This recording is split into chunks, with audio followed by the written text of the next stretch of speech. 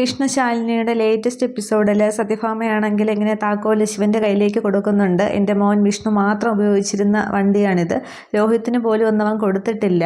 പിന്നെ മുൻപൊരിക്കൽ കുറച്ച് നാളത്തേക്ക് അവന് ഇത് മാറ്റി വെക്കേണ്ടി വന്നു. അന്ന് അവൻ്റെ ബുദ്ധിമുട്ട് ഞാൻ മനസ്സിലാക്കിയതാണ്. അപ്പോൾ നീ ഇത് പൊന്നുപോലെ നോക്കുക തന്നെ വേണം. പിന്നെ വിഷ്ണു ഇവിടെ ഇല്ല, അപ്പോൾ വിഷ്ണു വരുമ്പോൾ ഇതേപോലെ തിരിച്ചേൽപ്പിക്കുകയും വേണം എന്നിങ്ങനെ പറയുകയാണ്. അന്നേരം ഞാൻ നോക്കിക്കൊള്ളാം എന്ന് പറഞ്ഞിട്ട് താക്കോല് ശിവൻ ഇങ്ങോട്ട് വാങ്ങുന്നുണ്ട്. തുടർന്ന് കുട്ടികൾ റെഡിയായി നോക്കട്ടെ, അവരെ ഒന്ന് സ്കൂളിലാക്കണമെന്ന് പറയുമ്പോൾ അത് ആക്കാമെന്ന് പറയുന്നുണ്ട്. നീ സ്കൂളിൽ പോയിട്ട് വരുമ്പോഴത്തേക്കും കമലിനെ ഞാൻ ഇവിടെ പിടിച്ച് നിർത്തിയേക്കാം, പണം അവരുടെയൊക്കെ ലിസ്റ്റ് അവനെ അറിയാവുള്ളൂ എന്ന് പറയുന്നുണ്ട്.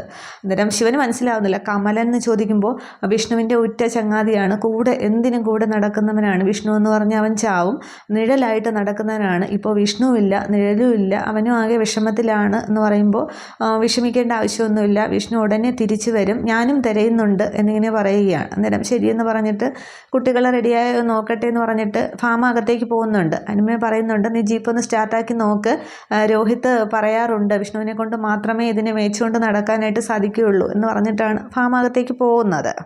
അതിനുശേഷം ജീപ്പൊക്കെ ഇങ്ങനെ ശിവനിങ്ങനെ നോക്കുന്നുണ്ട്. എന്നിട്ട് താക്കോലൊക്കെ ഇങ്ങനെ എറിഞ്ഞിട്ട് പിടിക്കുകയൊക്കെ ചെയ്യുന്നുണ്ട്. എന്നിട്ട് സംഗതി കൊള്ളാം, വിഷ്ണുവിന് മാത്രമേ വഴങ്ങൂ എന്നല്ലേ പറഞ്ഞത്, എനിക്കും കൂടി മെരുങ്ങുമെന്നൊന്ന് നോക്കട്ടെ എന്ന് പറഞ്ഞിട്ട് ജീപ്പ് സ്റ്റാർട്ടാക്കാനായിട്ട് ശിവൻ കയറുന്നുണ്ട്.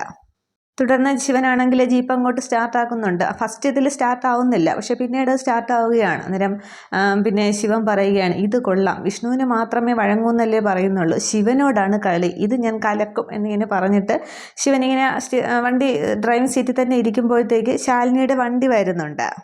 നേരെ ശിവനാണെങ്കിൽ ആ ജീപ്പിലിരിക്കുന്ന കണ്ടിട്ട് ശാലിനിക്ക് അങ്ങോട്ട് ഒട്ടും ഇഷ്ടപ്പെടുന്നില്ല. ശാലിനി ഇങ്ങനെ ദേഷ്യത്തോടെ നോക്കുകയാണ്. പക്ഷേ ശിവൻ ഇങ്ങനെ നോക്കുന്നുണ്ട്, പക്ഷേ ശിവൻ മൈൻഡ് കൊടുക്കുന്നില്ല. അന്നേരം ശാലിനി അപ്പുറത്തെ സീറ്റിൻ്റെ അവിടെ വന്നിട്ട് ചോദിക്കുന്നുണ്ട്, തന്നോട് ആര് പറഞ്ഞിട്ടാണ്, എന്തിനാണ് ഈ ജീപ്പിൽ കയറിയിരുന്നതെന്ന് ആ ഗ്ലാസ്സിൽ ഇങ്ങനെ തട്ടിയിട്ട് ചോദിക്കുന്നുണ്ട്. പക്ഷേ ശിവൻ മിണ്ടുന്നില്ല.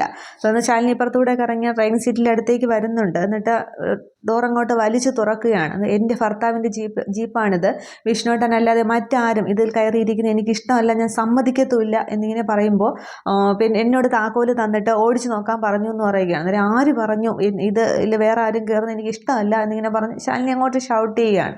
അന്നേരം പറയുന്നത്, ചേട്ടാ ഇതിപ്പോൾ വലിയ കഷ്ടമായല്ലോ, ഒരാൾ പറഞ്ഞത് താക്കോല് തന്നിട്ട് ഓടിച്ചു നോക്കാൻ, ഒരാൾ പറയുന്നു ഇറങ്ങാനായിട്ട്, ഇതിപ്പോൾ ആര് പറയുന്നതാണ് ഞാൻ കേൾക്കേണ്ടത് എന്നിങ്ങനെ പറഞ്ഞിട്ട് പിന്നെ ശിവനാണെങ്കിൽ ഡോർ അതിൽ നിന്ന് അങ്ങോട്ട് ജീപ്പിൽ നിന്ന് അങ്ങോട്ട് ഇറങ്ങുന്നുണ്ട്. എന്നിട്ട് പറയുകയാണ്, തൻ്റെ ഉദ്ദേശം എന്താണ്, എന്താ തൻ്റെ ഉദ്ദേശം എന്നിങ്ങനെ ചോദിക്കുമ്പോൾ ഞാനിവിടുത്തെ പിന്നെ ഒരു ശമ്പളക്കാരൻ, ഡ്രൈവർ, ഇവിടുത്തെ ഒരു ജോലിക്കാരൻ മാത്രമാണ്, പിന്നെ ബിസിനസ് എക്സിക്യൂട്ടീവ് എന്നോ കളക്ഷൻ ഏജൻ്റ് എന്നോ ഡ്രൈവർ എന്നോ എന്ത് വേണമെങ്കിലും എന്നെ വിളിക്കാം, കാരണം എന്ത് വിളിച്ചാലും ഞാൻ കേൾക്കേണ്ടത് എൻ്റെ ബാധ്യസ്ഥനാണ്, അതുകൊണ്ട് മാസ ശമ്പളക്കാരനാണ് എന്നിങ്ങനെ പറയുകയാണ്. അന്നേരം താൻ എൻ്റെ കുടുംബത്തെ മുഴുവൻ കയ്യിലെടുത്തിരിക്കുകയാണ്, ഇനി ആരെ ചിതയിലേക്ക് എടുക്കാനാണ് താൻ ഇവിടെ കിടന്ന് കറങ്ങുന്നത്, എന്താ തൻ്റെ ഉദ്ദേശം എന്നിങ്ങനെ ചോദിക്കുമ്പോഴും ആദ്യം ഒന്നും മിണ്ടുന്നില്ല. അന്നേരമാണെങ്കിൽ എന്താ ഉദ്ദേശം എന്ന് പറഞ്ഞിട്ട് ശാലിനി ആകെ ദേഷ്യത്തിൽ ശിവൻ്റെ ഷർട്ടിൻ്റെ കോളറിനെ അങ്ങോട്ട് കുത്തിപ്പിടിക്കുന്നുണ്ട്.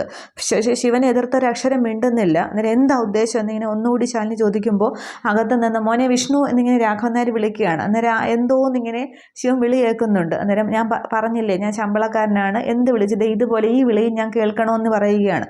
അന്നേരവും ശാലിനി ആ ഷർട്ടിൽ നിന്ന് അങ്ങോട്ട് പിടിവിടുന്നില്ല. ഈ സമയത്ത് രാഘവൻ നായർ ഇറങ്ങി വരുന്നുണ്ട്. ഇടാ വിഷ്ണു എന്ന് പറഞ്ഞുകൊണ്ട് വീണ്ടും ഇറങ്ങി വരുമ്പോൾ അച്ഛ എന്നിങ്ങനെ പറയുമ്പോൾ രാഘവൻ നായരെ കണ്ടുകൊണ്ട് ശാലിനിയെ പിടിവിടുകയാണ്. തുടർന്ന് ആ ഷർട്ടൊക്കെ നേരെ ആക്കിയിട്ട് അച്ഛാന്നും പറഞ്ഞ് ശിവനാണെങ്കിൽ രാഘവൻ നായരുടെ അടുത്തേക്ക് ചെല്ലുന്നുണ്ട്. അന്നേരം ശാലിനി തന്തം വിട്ട് നോക്കി നിൽക്കുകയാണ്. തുടർന്ന് രാഘവൻ നായർ ചോദിക്കുന്നുണ്ടോ, നീ ഇവിടെ തന്നെ നിൽക്കുകയാണോ എന്ന് ചോദിക്കുകയാണ്. അന്നേരം ശിവൻ അടുത്തേക്ക് ചെല്ലുന്നുണ്ട്. തുടർന്ന് ശാലിനിയെ കണ്ടിട്ട് രാഘവൻ നായർ പറയുന്നുണ്ട്, മോളെ ഇന്നലെ നീ പറഞ്ഞില്ലേ വിഷ്ണുവിനെ കൂട്ടിക്കൊണ്ട് വരാമെന്ന്, ഞാൻ പോകുന്ന വഴിക്ക് കണ്ടു, അങ്ങനെ ഞാൻ ഇവനെ ഇങ്ങ് കൂട്ടിക്കൊണ്ട് വന്നു, ദേ വിഷ്ണു വന്നു എന്ന് പറയുകയാണ്. അന്നേരം ശാലിനി ഇങ്ങനെ ശിവനെ തന്നെ നോക്കുന്നുണ്ട്. പക്ഷേ ശിവൻ ശാലിനിക്കാണെങ്കിൽ മുഖം കൊടുക്കുന്നില്ല.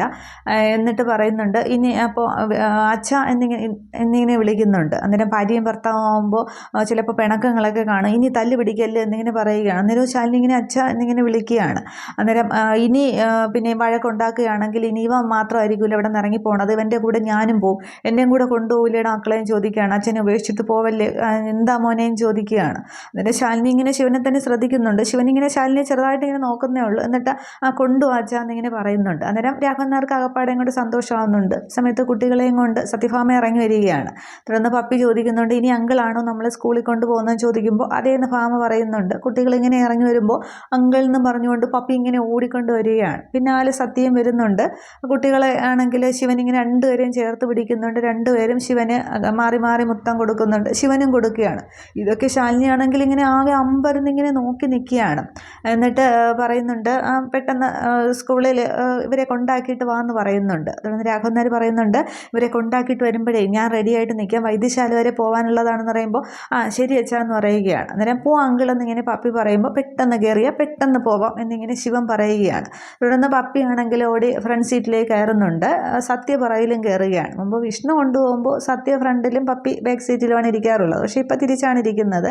എന്നിട്ട് പെട്ടെന്ന് പോയിട്ട് വന്നിങ്ങനെ ഭാമ പറയുമ്പോൾ ശിവനാണെങ്കിൽ പോയിട്ട് വരാമെന്ന് പറഞ്ഞിട്ട് ശാലിനി ഇങ്ങനെ ഒന്ന് നോക്കിയിട്ട് പെട്ടെന്ന് ഡ്രൈവിംഗ് സീറ്റിലേക്ക് കയറുന്നുണ്ട്. എന്നിട്ട് കുട്ടികളോട് ആകെ സന്തോഷത്തിലാണ് ശിവൻ സംസാരിക്കുന്നതൊക്കെ. പോവാം എന്നിങ്ങനെ പറയുമ്പോൾ കുട്ടികൾ ടാറ്റയൊക്കെ പറയുന്നുണ്ട്. പക്ഷെ ശിവൻ ഇങ്ങനെ ഇടയ്ക്കിടയ്ക്ക് ശാലിനിയെ നോക്കുമ്പോൾ ശാലിനി ഇങ്ങനെ ആകെ ദേഷ്യത്തോടു കൂടി ശിവനെ തന്നെ നോക്കി നിൽക്കുകയാണ്. പക്ഷെ അത് പെട്ടെന്ന് ശിവനങ്ങ് കാര്യമാക്കുന്നില്ല. ആ ഒരു കുട്ടികളോടൊപ്പം ആ ഒരു സന്തോഷത്തിൽ അങ്ങ് വണ്ടി ഓടിച്ചു പോവുകയാണ്. അതിനുശേഷം രാഘവൻ നായർ പിള്ളേ നമുക്ക് റെഡി അവൻ വരുമ്പോഴത്തേക്ക് റെഡിയായി നിൽക്കാമെന്നും പറഞ്ഞ് പിള്ളേയും വിളിച്ചുകൊണ്ട് അകത്തേക്കും പോകുന്നുണ്ട്. തുടർന്ന് ഭാമ അങ്ങ് പോകാനായിട്ട് പോകുമ്പോൾ സത്യാമ്മയെന്ന് ഇങ്ങനെ ശാലിനി വിളിക്കുകയാണ്. അന്നേരം എന്താന്ന് നീ അവിടെ തന്നെ നിൽക്കുകയാണ്, അകത്തേക്ക് വാന്ന് വിളിക്കുമ്പോൾ എന്താ ഇങ്ങനെ സത്യാമ്മയെന്ന് വിളിക്കുമ്പോൾ എന്താന്ന് ചോദിക്കുന്നുണ്ട്. അന്നേരം എന്തൊക്കെയാണ് ഇവിടെ നടക്കുന്നത്, ഇവിടെ എന്താ സംഭവിച്ചത്, ഇവനെ പോലെയുള്ള ഒരുത്തൻ എന്തിനാ ഈ വീട്ടിൽ ഇത്രയും സ്വാതന്ത്ര്യം കൊടുക്കുന്നതെന്ന് ചോദിക്കുന്നുണ്ട്. അന്നേരം രാഘവേട്ടൻ വിഷ്ണുവിനെ അന്വേഷിച്ച് പോയപ്പോൾ ആക്സിഡൻ്റായി, ഈ പയ്യനാണ് കൂട്ടിക്കൊണ്ട് വന്നത്, തക്ക സമയത്ത് വന്നതുകൊണ്ട് രക്ഷിച്ചു എന്ന് പറയുകയാണ്. അന്നേരം അതുകൊണ്ട് വിഷ്ണുവേട്ടൻ്റെ ജീപ്പിൻ്റെ കീ എന്തിനാ കൊടുത്തത് എന്നിങ്ങനെ ചോദിക്കുന്നുണ്ട്. അന്നേരം അവൻ തൻ്റെടി തന്നെയാണ്, രോഹിത്തിനെ രക്ഷിച്ചുകൊണ്ട് വന്നപ്പോഴേ ഞാനൊരു നോട്ടം ഇട്ടതാണ്, അപ്പോൾ നമ്മുടെ പൈസയൊക്കെ പിരിക്കുന്നത് അവനെയാണ് ഏൽപ്പിച്ചിരിക്കുന്നതെന്ന് പറയുമ്പോൾ എന്തിനാ അവൻ ഇത്രയും സ്വാതന്ത്ര്യമൊക്കെ കൊടുക്കുന്നത്, ജീപ്പിൻ്റെ കീ കൊടുത്തു എന്നൊക്കെ ഇങ്ങനെ ശാലിനി പറയുമ്പോൾ നമ്മുടെ പണം പുറത്ത് കിടക്കുകയല്ലേ, വിഷ്ണു വരുന്നവരെ കാത്തിരിക്കാനായിട്ട് പറ്റുമോ, ഇല്ലല്ലോ, അത് എനിക്ക് തിരിച്ചെടുത്തേ മതിയാകൂ, എൻ്റെ ബിസിനസ് മുന്നോട്ട് കൊണ്ടുപോയേ മതിയാകൂ, അതുകൊണ്ട് വിഷ്ണു വരുന്നത് വരെ അവനിവിടെ നിൽക്കട്ടെ എന്നിങ്ങനെ ആ വണ്ടി അവൻ ഉപയോഗിക്കട്ടെ എന്നിങ്ങനെ പറഞ്ഞിട്ട് എന്നെ തളർത്തുന്ന ഒരു തീരുമാനവും നീ എടുക്കാനായിട്ട് പാടില്ല, വിഷ്ണുവേട്ടന് പകരക്കാരനാവുമോ എന്നൊക്കെ ശാലിനി ചോദിക്കുന്നുണ്ട്. അന്നേരം അത് ആ ജോലി അവനെ ഏൽപ്പിച്ചതാണ്, ആ സ്ഥാനത്ത് അവൻ നിൽക്കട്ടെ, എന്നെ തളർത്തുന്ന ഒരു തീരുമാനവും മറികടക്കുന്ന ഒരു തീരുമാനവും നീ എടുക്കാനായിട്ട് പാടില്ല എന്നിങ്ങനെ പറഞ്ഞിട്ട് സത്യഭാമ അകത്തേക്ക് പോകുന്നുണ്ട്. അതിന് തന്നെ പറയുന്നുണ്ട് വിഷ്ണു ആണെന്നും പറഞ്ഞ് രാഘവേട്ടൻ കൂട്ടിക്കൊണ്ട് വന്നിട്ട് മോനെ എന്നും പറഞ്ഞ് അവൻ്റെ പിന്നാലെ നടക്കുകയാണ്, അവനെ വിടുന്നതേ ഇല്ല, അതുകൊണ്ട് ഇവിടെ നിൽക്കട്ടെ എന്ന് ഞാൻ തീരുമാനിച്ചു എന്നിങ്ങനെ ഭാമ പറഞ്ഞിട്ടാണ് ഭാമയും അകത്തേക്ക് പോകുന്നത്. അന്നേരം ഇതൊക്കെ പിള്ളയല്ല ഡ്രൈവർ രാമേട്ടൻ ഇതൊക്കെ നോക്കി നിൽക്കുന്നുണ്ട്. പക്ഷേ ശാലിനി ഇങ്ങനെ ആകെ വിഷമിച്ച് നിൽക്കുകയാണ്, എന്തൊക്കെയാണ് ഈ സംഭവിക്കുന്നത് എന്നുള്ള രീതിക്കൊക്കെ. ഇതേസമയം ശിവനാണെങ്കിൽ അവിടെ കുട്ടികളെയും കൊണ്ട് പോവുകയാണ്. രണ്ടുപേരും ഇങ്ങനെ മിണ്ടായിരിക്കുന്നത് കണ്ടിട്ട് നിങ്ങൾ രണ്ടുപേരും എന്താ മിണ്ടായിരിക്കുന്നത്, നമുക്കിങ്ങനെ എൻജോയ് ചെയ്ത് പോകണ്ടേ, ഒരു പാട്ടൊക്കെ അങ്ങോട്ട് പാടിക്കുകയെന്ന് പറയുകയാണ്. അന്നേരം വിഷ്ണു അച്ഛൻ്റെ കൂടെ പോകുമ്പോഴുള്ള പാട്ട് പാടാമെന്ന് പറഞ്ഞിട്ട് ഒന്നാം തരം ബലൂൺ തരാമെന്ന് പറഞ്ഞ് കുട്ടികൾ പാടുന്നുണ്ട്. അന്നേരം ശിവൻ പറയുകയാണ് അയ്യേ ഇതൊക്കെ പണ്ടത്തെ പാട്ടല്ലേ, പുതിയ പാട്ട് പാട് എന്നിങ്ങനെ പറയുന്നുണ്ട്. അന്നേരം സത്യയും പപ്പിയും ഇങ്ങനെ പരസ്പരം നോക്കുകയാണ്. എന്നിട്ട് വിഷ്ണുവിൻ്റെ കൂടെ പോകുമ്പോഴുള്ള സീൻ ആലോചിക്കുന്നുണ്ട്. ഈ പാട്ട് പാടുമ്പോൾ വിഷ്ണുവും പറയുന്നുണ്ട് അയ്യേ ഇത് വേണ്ട, വേറെ പാട്ട് പാട് എന്നുള്ളത്. അന്നേരം പപ്പി പറയുന്നുണ്ട് ഈ അങ്കിളും വിഷ്ണു അച്ഛനെ പോലെ തന്നെയാന്ന് പറയുകയാണ്. തുടർന്ന് നമുക്ക് മറ്റേ പാട്ട് പാടാം എന്ന് പറഞ്ഞിട്ട് കണ്ണോട് കണ്ടപ്പോൾ എന്നും പറഞ്ഞ് ഇവരങ്ങ് പാടുന്നുണ്ട്. അന്നേരം അത് പാടുമ്പോൾ വിഷ്ണു അന്ന് നല്ലതായിരുന്നു എന്ന് പറഞ്ഞതുപോലെ ശിവനും ഇവിടെ പറയുന്നുണ്ട് ഈ പാട്ട് കൊള്ളാമെന്ന് പറഞ്ഞിട്ട് ശിവനും ചേർന്നൊക്കെ പാടുകയാണ്. ഇനി നമുക്ക് ഇതേപോലെ എൻജോയ് ചെയ്ത് പോകാമെന്നും പറഞ്ഞ് ആ സന്തോഷത്തിൽ ഒരു 3 പേരും കൂടി സ്കൂളിലേക്ക് പോവുകയാണ്. അതിനുശേഷം അവിടെ യോഹന്നാൻ്റെ വീട്ടിൽ യോഹന്നാൻ എൽസമ്മ ഇങ്ങനെ ചായ കൊണ്ടുവന്ന് കൊടുക്കുന്നുണ്ട്. എന്നിട്ട് പറയുകയാണ് ഡേസിയുടെ കാര്യത്തിൽ ഇതുവരെ ഒരു തീരുമാനം ഉണ്ടാക്കിയിട്ടില്ലല്ലോ, ആ മഹേന്ദ്രൻ കൊടുത്ത വാക്കിൻ്റെ പുറത്താണ് അവളിങ്ങനെ ഇരിക്കുന്നത്, എന്താണെന്ന് വെച്ചാൽ നിങ്ങൾ തീരുമാനം ഉണ്ടാക്കുമെന്ന് പറയുമ്പോൾ ഇപ്പോൾ കാരണവരൊന്നും അല്ലല്ലോ കല്യാണം തീരുമാനിക്കുന്നത്, മക്കളല്ലേ, അപ്പം നീ പോയി അവളോട് ചോദിക്കുമെന്ന് പറയുമ്പോൾ അവളൊന്നും തെളിച്ച് പറയുന്നില്ല, നിങ്ങൾ മഹേന്ദ്രനെ ഒന്ന് പോയി കാണുക, എന്നിട്ട് ചോദിക്കുക കല്യാണത്തിൻ്റെ കാര്യം എന്തായും ചോദിക്കുമെന്ന് പറയുമ്പോൾ അതുവരെ ഇങ്ങനെ സഹിച്ചിരുന്ന യോഹന്നാൻ ആകെ ദേഷ്യപ്പെട്ട ചായ കപ്പോടുകൂടി അങ്ങോട്ട് നിലത്തേക്ക് എറിഞ്ഞ് പൊട്ടിക്കുകയാണ്. എന്നിട്ട് പറയുകയാണ് നീ എന്താണ് പറയുന്നത്, ഞാൻ എൻ്റെ അവൻ്റെ മോൻ കല്യാണം കഴിക്കുമെന്നും പറഞ്ഞ് ഇനി പോയി മഹേന്ദ്രൻ്റെ കാല് പോയി പിടിക്കുമെന്നോ, അതിന് യോഹന്നാനെ കിട്ടില്ല, നീ എൻ്റെ കൈത്താങ്ങിന്ന് അങ്ങോട്ട് മാറി നിൽക്ക് എന്ന് പറയുന്നുണ്ട്. അന്നേരം ഞാൻ അതൊന്നും അല്ല ഉദ്ദേശിച്ചതെന്ന് പറയുമ്പോൾ അത് തന്നെയാണ്, ആന മെലിഞ്ഞു എന്ന് കരുതി തൊഴുത്തി കെട്ടാനൊന്നും പറ്റില്ല, നീ എൻ്റെ അടുത്ത് മാറി നിൽക്കുക എന്നൊക്കെ ഇങ്ങനെ ദേഷ്യപ്പെടുന്നുണ്ട്. ഈ സമയത്താണ് ആൻ്റണിയും ഡേവിസും കൂടി പുറത്ത് പോയിട്ട് ഇങ്ങനെ കയറി വരുന്നത്. അന്നേരം നിലത്ത് വീണുടഞ്ഞ ചായക്കപ്പൊക്കെ ഇങ്ങനെ ഡേവിസ് നോക്കിയിട്ടാണ് പറയുന്നത്. തുടർന്ന് പറയുന്നുണ്ട്, അപ്പം ഡെയ്സി അപ്പോഴത്തേക്ക് അങ്ങോട്ടത്തേക്ക് വരുന്നുണ്ട്. ഇവളിങ്ങനെ അവനെ നോക്കി പൂങ്കണ്ണീരൊരുക്കി ഇരിക്കുകയാണെങ്കിൽ വെറുതെ ഇരുന്ന് പോകത്തേ ഉള്ളൂ എന്ന് പറയുന്നുണ്ട്. അന്നേരം എന്താണ് കാര്യമെന്ന് ചോദിക്കുന്നുണ്ട്. അന്നേരം പിന്നെ ഡേവിസ് പറയുന്നുണ്ട്, എനിക്ക് പിന്നെ ഇത് കേൾക്കുമ്പോൾ ഓർമ്മ വരുന്ന ഒരു കവിതയാണ്, പക്ഷെ എനിക്ക് പാടാനൊന്നും അറിഞ്ഞുകൂടാ, അതുകൊണ്ട് ഗദ്യ രൂപത്തിൽ ഞാൻ പറയാമെന്ന് പറഞ്ഞിട്ട് കാത്തു സൂക്ഷിച്ചൊരു കസ്തൂരി മാമ്പഴം കാക്ക കൊണ്ടുപോയി. പക്ഷെ ഇവിടെ കൊണ്ടുപോയത് ഒരു കളക്ടർ കാക്കയാണെന്ന് പറയുമ്പോൾ നീ കാര്യം തെളിച്ച് പറയടാന്നിങ്ങനെ യോഹന്നാൻ പറയുന്നുണ്ട്. ഡെയ്സി ഇതൊക്കെ കേട്ട് നിൽക്കുകയാണ്. എന്നിട്ട് ആൻ്റണി പറയുകയാണ്, ശിവനാണെങ്കിൽ ഇപ്പോൾ ആ കളക്ടറുടെ വീട്ടിൽ ഡ്രൈവർ പണിക്ക് നിൽക്കുകയാണ് എന്ന് പറയുന്നുണ്ട്. അന്നേരം മാണിക്കോത്തും മഹേന്ദ്രനും മോൻ ഡ്രൈവർ പണിക്കൂ?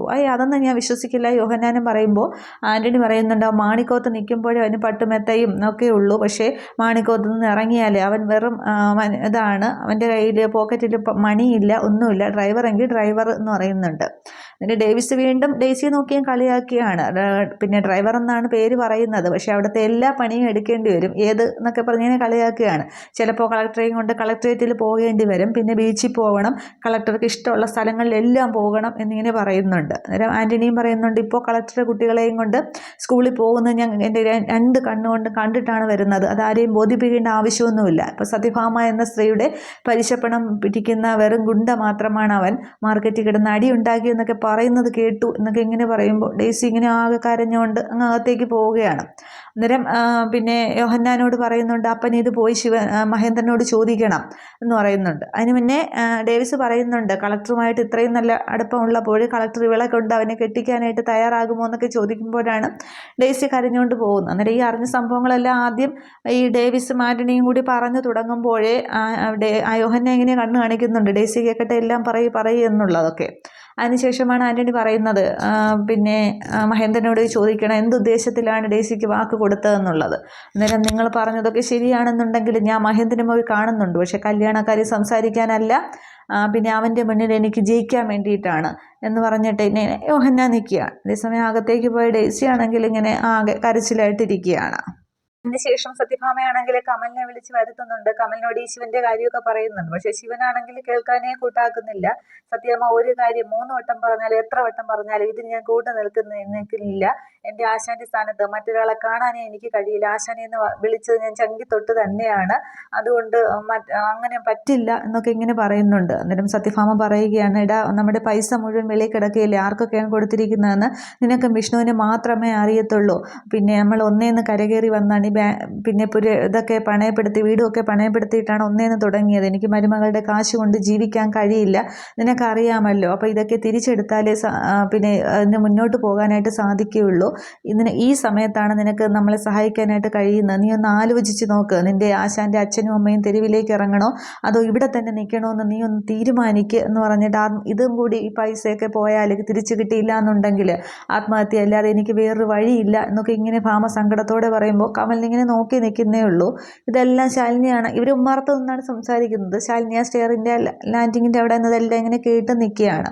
അന്നേരം കമലിനാണെങ്കിലും ഒന്നും പറയാനും സാധിക്കില്ല, കമലിനിങ്ങനെ നോക്കി നിൽക്കുകയാണ്. ഇത്രയും നീ ആലോചിച്ചൊരു തീരുമാനമെടുക്ക്, ശിവനെ ഞാൻ നിർബന്ധപൂർവ്വമാണ് ഇവിടെ പിടിച്ചു നിർത്തിയിരിക്കുന്നത്, നീ അവൻ്റെ കൂടെ ഒന്ന് പോയാൽ മതി, ആരൊക്കെയാണ് പൈസ തരാനുള്ള ഒന്ന് കാണിച്ചു കൊടുത്താൽ മതി എന്നൊക്കെ ഇങ്ങനെ പറഞ്ഞിട്ട് സത്യഭാമ അങ്ങ് തിരിയുമ്പോൾ ശാലിനി അവിടെ നിൽക്കുന്ന കാണുന്നുണ്ട്. എന്നിട്ട് ഭാമ അങ്ങ് അകത്തേക്ക് കയറി പോകുന്നുണ്ട്.